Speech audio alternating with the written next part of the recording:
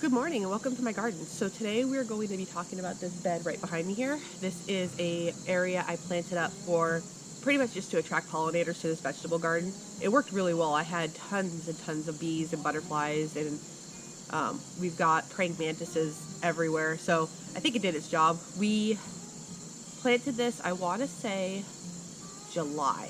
I think July is when I started finding clearance plants. So let's head on over and take a look. So in this bed, I mostly just put a bunch of clearance plants and whatever random ones I had left over from other projects.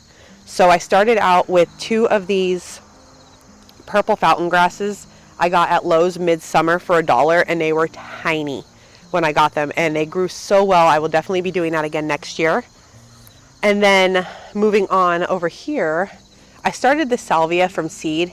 It was a off-the-shelf burpee seed packet I got at Lowe's. I started them probably about March. I started these seeds, and they looked like they were about to die when I moved them outside. I did not harden them off very well. They were sad, and I thought, you know, I had nothing else in this bed. I created this bed solely because I found these fountain grasses for $1 and then another set of plants for $1 that I'll talk about in a second. So I thought I'd throw them in here. If they died, they died. It wasn't that big of a deal. So they have just taken off. They have done so well in this area. I planted 5 of them, and within a month we saw tremendous growth on them. So that was really exciting for those ones. Next, I found these Lantana. They were supposed to be pink and orange, and that's what was on the tag. They were marked down to $1 for their little cans. I'm assuming because of the color, maybe didn't produce right. So I didn't really care. I was just trying to attract pollinators to the garden, so I grabbed them, and they've worked out really well in the spot also, although quite shaded by the other big, vigorous growers. But I'm pretty pleased with their performance. I got 2 of those. I had another one over here. And we got some little friends in there hanging out. We have a ton of praying mantises on the property. They're one of my daughter's favorite things to watch in the window at night.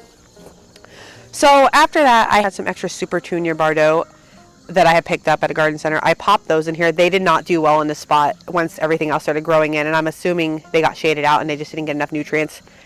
I just threw them in here because I had the extra ones from other projects with my hanging baskets and other planters. And then I also had some extra hot peppers, which I originally grew because I read that they were really good to grow with eggplants, and then my eggplants all died. So I had a whole bunch of extra hot peppers. So I just popped them in here. They did okay. They got eaten up by a lot of things, like all my peppers did. The squash bugs seem to like peppers, which I didn't know. So, you know, I kind of take it with what I can. And then weeds grew in here, and it was really hard to get them out without digging into the salvia. But all in all, it has done phenomenal. It's brought a lot of pollinators. It produced a lot of flowers. I've cut flowers from here for arrangements. It's been really good, so I'm pretty pleased with the progress in this area. I will definitely be replanting this again. I am thinking about pulling out the peppers and cutting back the salvia and putting in mums for fall to go with the grasses, because the grasses will kind of continue on for quite a while. If we have a mild winter, I might be able to winter them over. I don't know. I've never tried. It's my first time growing fountain grass.